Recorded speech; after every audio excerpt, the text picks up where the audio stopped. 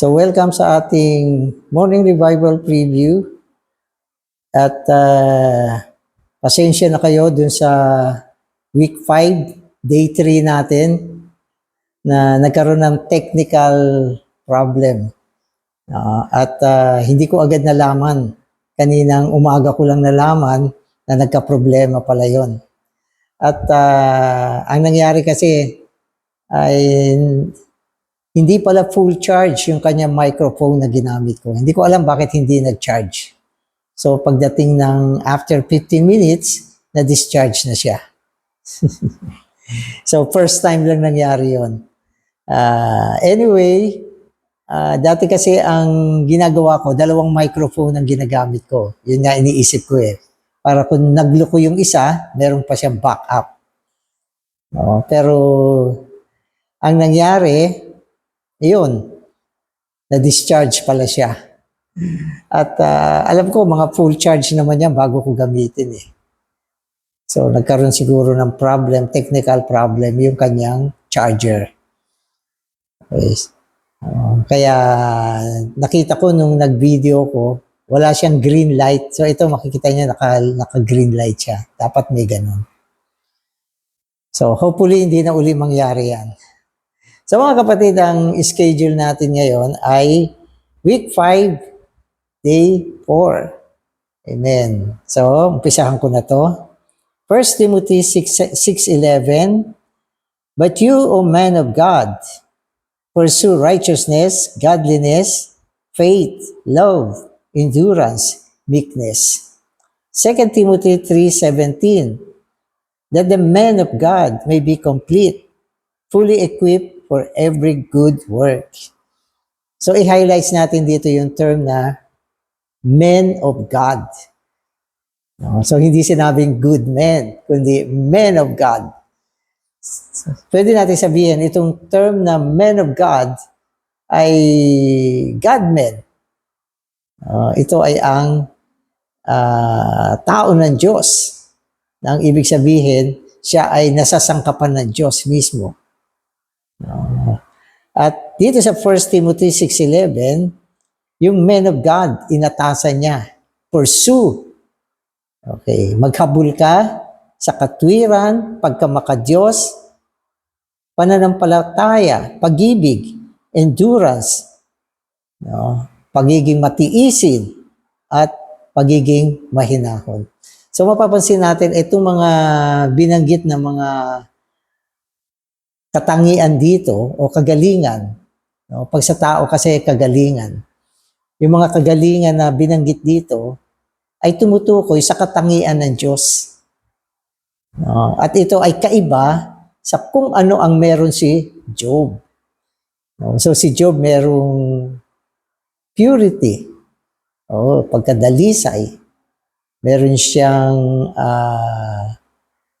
pagkamatuwid, natatakot sa Diyos o may takot sa Diyos at umiiwas sa masama. So makikita niyo mga magagandang bagay yan, pero more on natural. Pero sa pagiging Diyos-tao, okay, ano ang nangyayari? Naghahabol. Pursue, naghahabol. Ibig sabihin, hindi niya piniperfect yung kanya sarili na katulad ng ginawa ni Job, kundi nagkahabol siya. At ang kanyang hinahabol, mapapansin niyo sa 2 Timothy 3:17 ay yung salita. So hindi niya pinahuhusay o ini-improve yung sarili niya para magkaroon siya ng mga magagandang katangian. Na katulad ng pagiging mabait, mahinahon, mabuti. Hindi. Ang ginagawa ng tao ng Diyos ay naghahabol sa salita. At mula sa salita, nagkakaroon ng mga resulta. Katulad ng katwiran. So ang kanyang katwiran, hindi na ibunga mula sa isang pagsusumikap at pagpapaganda ng sarili. Hindi siya naibunga mula dyan. Kundi ang kanyang katwiran, pagkamakadiyos, lalo ang pagkamakadiyos. Ang ibig sabihin ng pagkamakadiyos ay ang ihayag ang Diyos. Ang kanyang pananampalataya, ang kanyang pag-ibig, ang kanyang pagiging matiisin, mahinahon. So lahat ng ito mas mataas kaysa sa natamo ni Job. Sapagat ito ay mga katangian ng Diyos na natamo ng tao ng Diyos sa pamamagitan ng paghahabol sa salita. Kaya ang daan ng ekonomiya ng Diyos, hindi mag-train paano maging maayos, kundi maghabol sa salita. Sapagkat si Kristo ay nasa salita. Kapag ikaw ay naghahabol sa salita ng Diyos, na ilalalin sa iyo si Kristo bilang buhay. So, mas maganda ito. Amen. Amen. Okay, so magpapatuloy na tayo. Amen. On the one hand, Job recognized that he was something rotten, something that would waste away. On the other hand, Job continued to feel that he was not wrong in anything. Amen. Realizing that God had watched his past and had set limits for him, Job wanted God to explain the situation to him. Amen. So maganda kay Job, hinahanap pa rin niya, ang damdamin ng Diyos. So hindi nawala yun. Hinahanap niya at gusto niyang marinig din mula sa Diyos kung ano ang problema niya. Sa isang banda, alam niyang siya ay rotten. Ibig sabihin, may kabulukan. At may mga kahinaan na galing sa kanyang natisod na kalikasan. Pero ganun pa man, hindi niya gini-give up. Okay, kung ano ang kanyang natamo. At iniisip pa rin niya na walang mali sa kanya.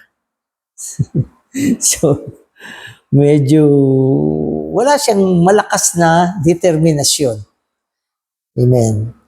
We need to see the eternal economy of God, which is God's eternal intention with his heart's desire to dispense himself in his divine Trinity as the Father in the Son by the Spirit into his chosen people to be their life and nature, that they may be the same as he is for his fullness, his expression. Amen. So ginamit dito na sa ekonomiya ng Diyos, gusto niya tayo na maging katulad ng kanyang fullness. Okay. At pagkatapos sinabi, kanyang kahayagan. So alam niyo ba yung fullness? Ang fullness ay kapuspusan. Ginagamit natin yung salitang kapuspusan sa Tagalog. Okay. So, ang kapuspusan ay resulta ng pagpupuspos.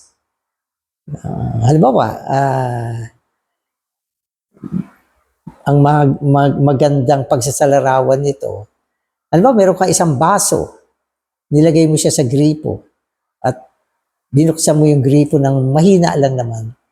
So, yung pagtulo ng tubig doon sa baso ay pagpupuspos. Yan ang pagpupuspos. Okay. At kung yung baso ay napuno na, okay, at umapaw, yan ang kapuspusan. So mula sa pagpupuspos, ang kanyang hantungan ay maging napuspusan. So yan. At ang pag-apaw ng tubig mula dun sa kapuspusan ng tubig sa baso, yun ang kanyang kahayagan. Okay, so mismo si Brother Lee, ginamit niya yung halimbawang yan. At kung ito naman ay i-apply natin sa ating sitwasyon, tayo ay katulad ng baso. At ang Diyos ay katulad ng tubig na dumadaloy tungo sa atin para tayo ay puspusan. So ito yung tubig na nandun sa salita na hinahabol natin. At walang tigil ang pagpupuspos kung ikaw ay naghahabol. Hanggang dumating ang panahon na ikaw ay mapuno, masaturate. Saturate, nababad ka na. At nag-umapaw ka na. At ikaw ay naging kapuspusan ng Diyos na katulad ng Panginoon. So ang maging kamukha ng Panginoon ay doon sa aspekto ng kapuspusan. Kung saan siya ay naging puspos, no, sa pamamagitan ng kanyang mga proseso, no, at naabot niya ang kapuspusan ng kahayagan ng Diyos. So gusto ng Diyos isagawa ito sa pamamagitan ng kanyang ekonomiya, na isang araw tayo ay maging kapuspusan. No, hindi lang nasisidlan ng daloy ng Espiritu, kundi Espiritu, umabot na siya sa pinakahangganan at lumampas pa siya at umapaw pa siya. So yun ang kapuspusan. Gusto ko magbigay ng larawan. Doon sa Psalm, binanggit sa atin yung langis, okay, na dumadaloy mula sa ulo ni Aaron pababa. Okay, dumaan sa kanyang balbas, sa kanyang kasuotan, hanggang umabot sa laylayan ng kanyang damit. So hindi lang yan, hindi lang puno yan, kundi umaagos sa labas yung langis. So, puspos. So yan ang Panginoon. No? At gusto niya mula sa kanyang kapuspusan, mapuspusan din tayo at maging katulad niya. Amen. Amen. So God's economy is God's plan, God's arrangement for God to dispense Himself in His element, life, nature, and attributes, and all that He has achieved and attained into His chosen people, that they may be rebuilt by being constituted with the divine essence in the divine element of the divine source, of to be something divine. Amen.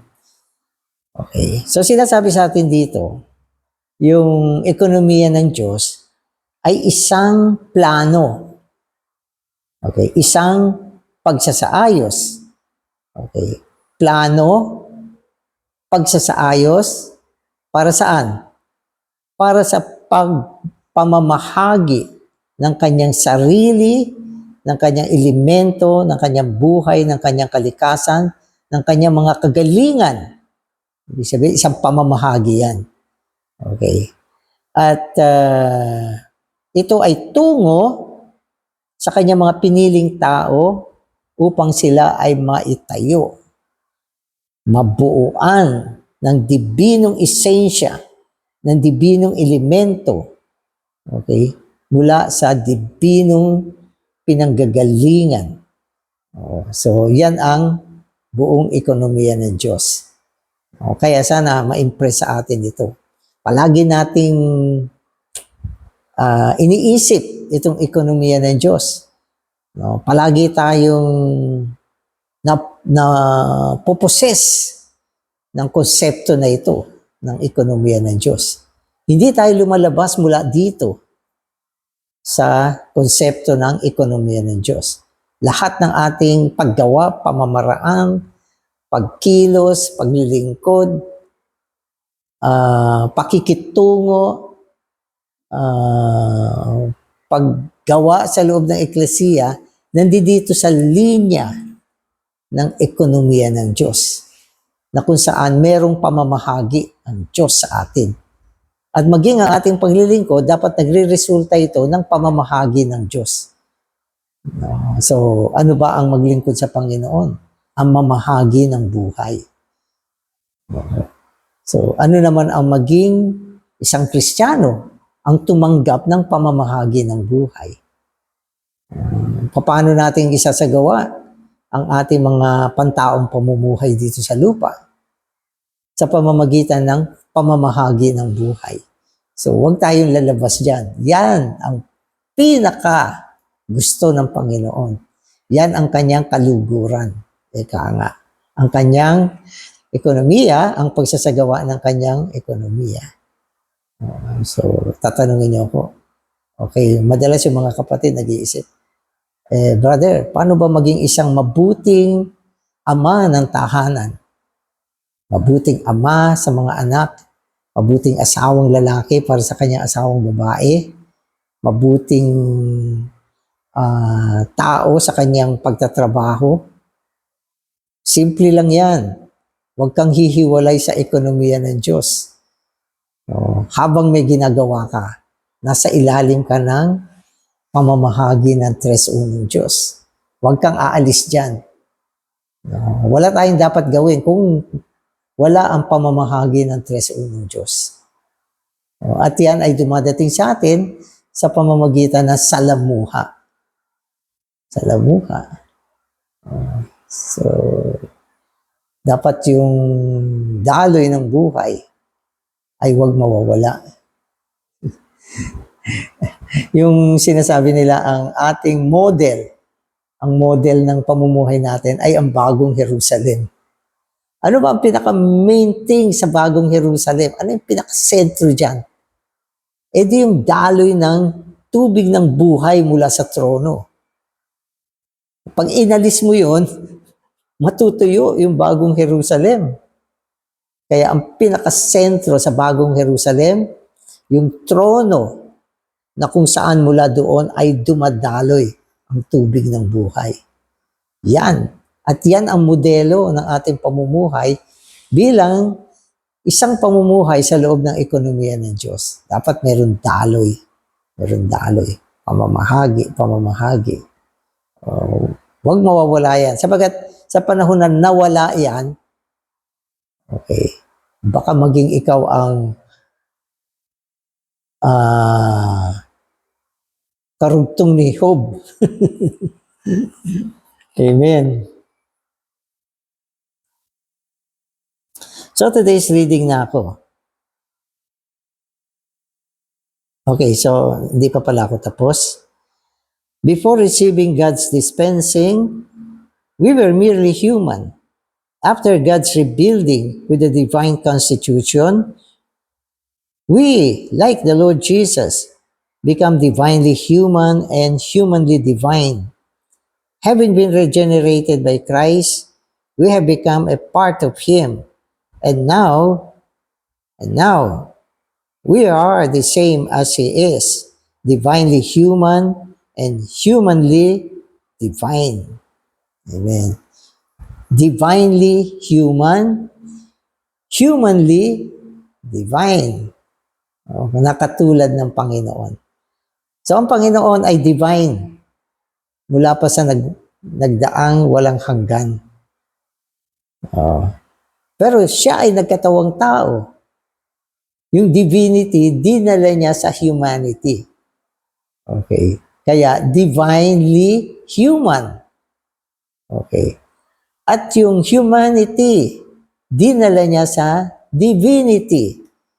Okay. Kaya, humanly divine.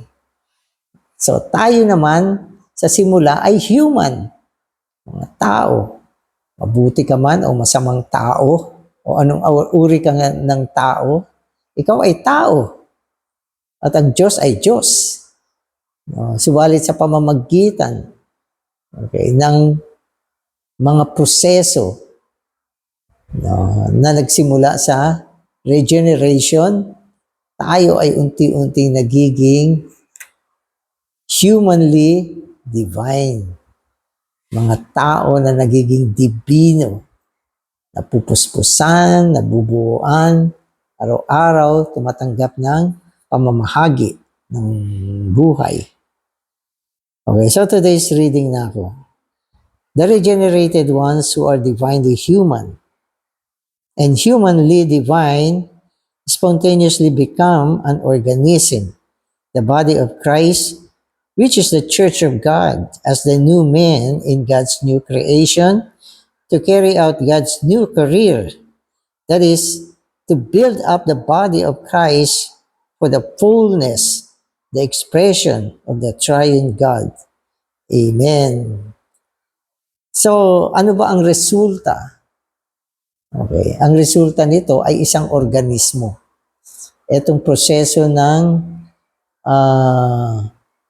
God's economy, kung saan ang Diyos ay patuloy na naipapamahagi Okay, tungo sa kanyang piniling bayan ay magre-resulta ng isang organismo. Organismo. Alam niyo naman ang meaning ng organism. Ito ay isang bagay na buhay. Pag sinabi natin organism, isang bagay na may buhay. No? At ito ang naging resulta ng pamamahagi ng Tres Unong Diyos. Okay, nagkaroon ng isang organismo na tinatawag na katawan ni Kristo. So ang katawan ni Kristo ay naibunga ng pamamahagi. Hindi yan organization.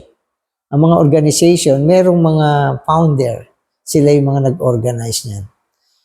Ang Ecclesia bilang katawan ni Kristo, hindi organization. Ito ay resulta ng pamamahagi. Kung saan ang Diyos ay naibabahagi tungo sa kanyang mga piniling tao.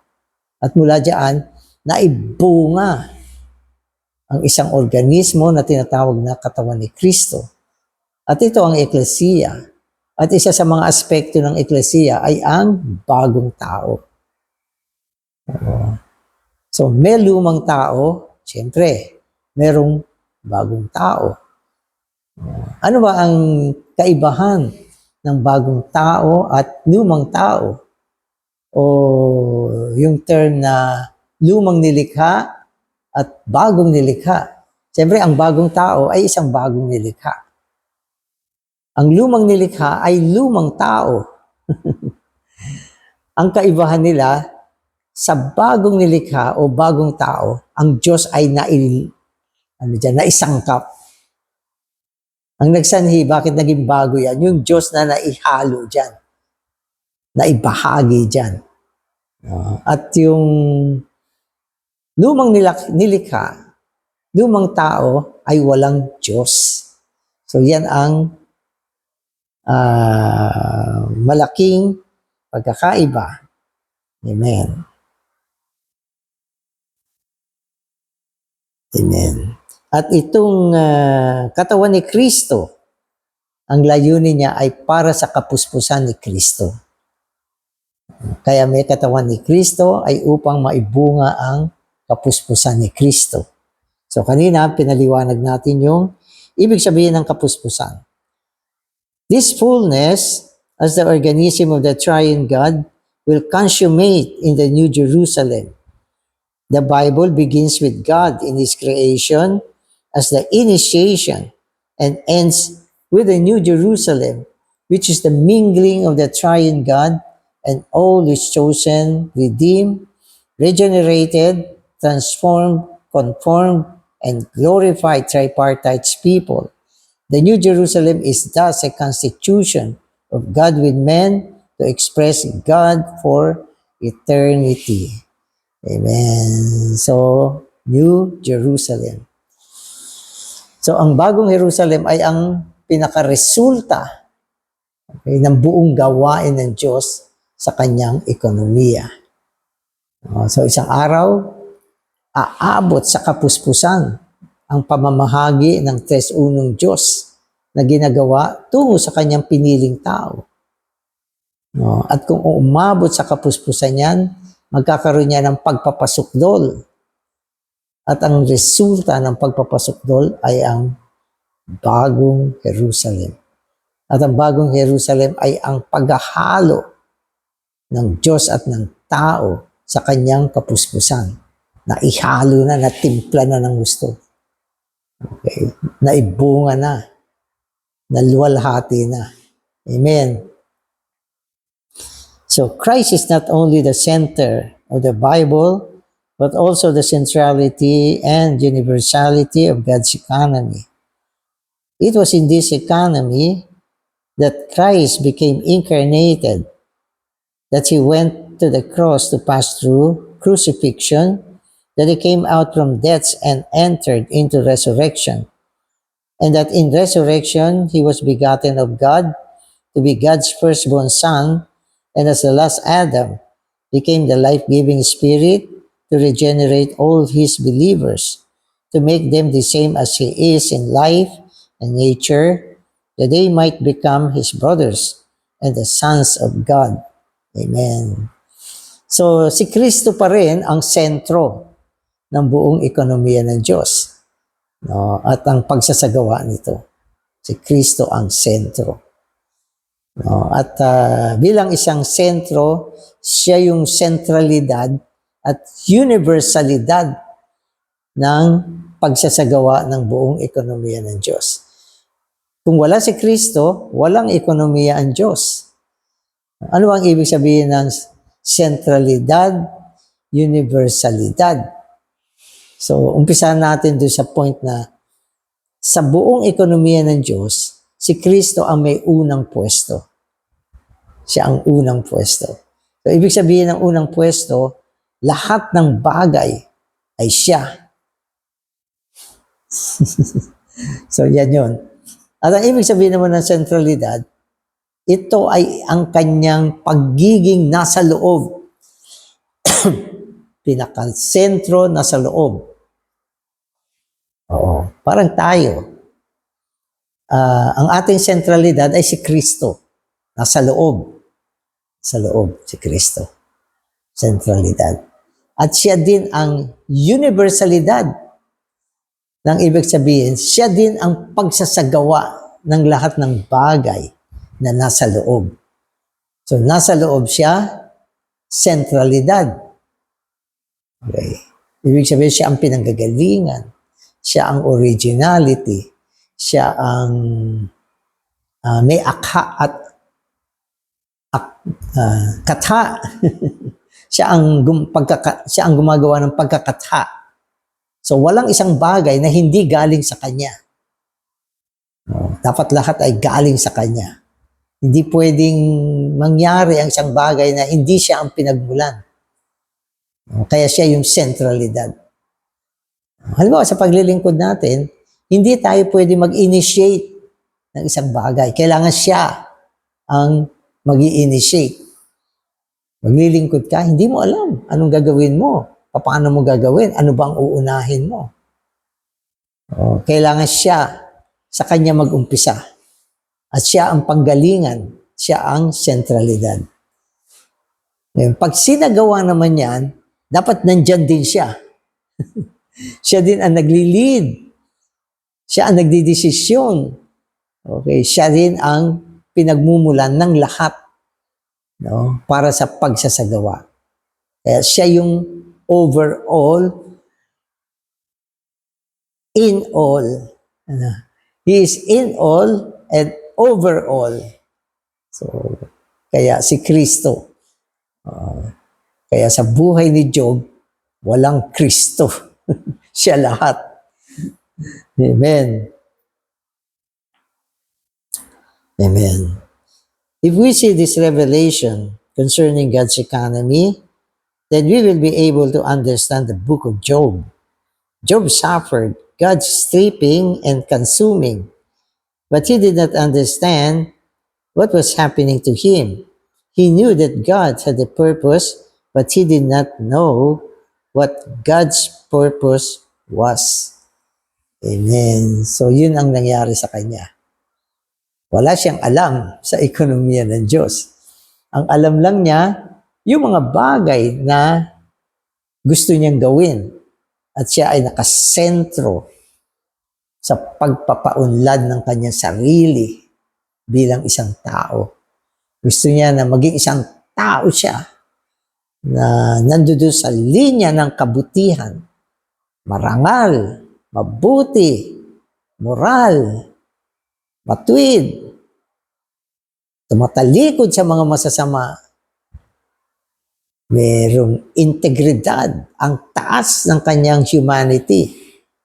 Pero isang mataas na humanity na walang Diyos. Hindi katulad ng isang Diyos tao na natigmakan ng Diyos, lumago sa Diyos, napuspusan ng Diyos, naging kapuspusan ng Diyos. Ang kanyang humanity ay tigmak ni Kristo. Malayo ang pagkakaiba. Malayo ang pagkakaiba. Kaya huwag tayong bibitaw sa God's economy. So isa sa pinakamagandang sinabi tungkol sa God's economy, sabi niya, yung God's economy ay God's plan. Diba? Kanina. Plano to ng Diyos. God's arrangement, pagsasaayos ng Diyos. Kaya nga yung buhay natin, mapapansin ninyo mga kapatid, lagi yung mga nangyayari sa buhay natin ay tugma sa ekonomiya ng Diyos.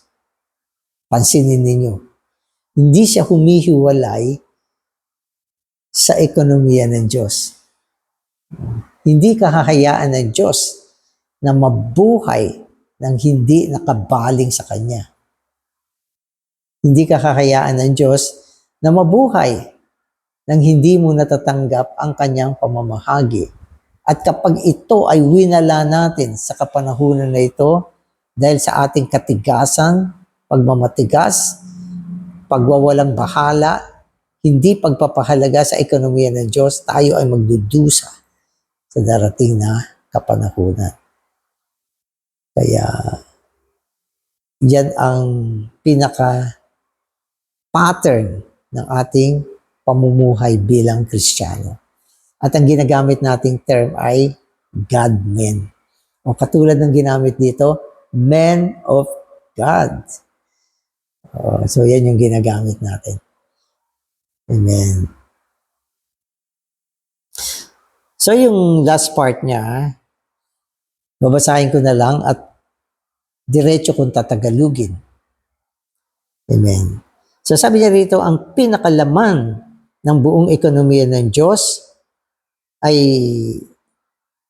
ang tres unong Diyos ay merong walang hanggang ekonomiya.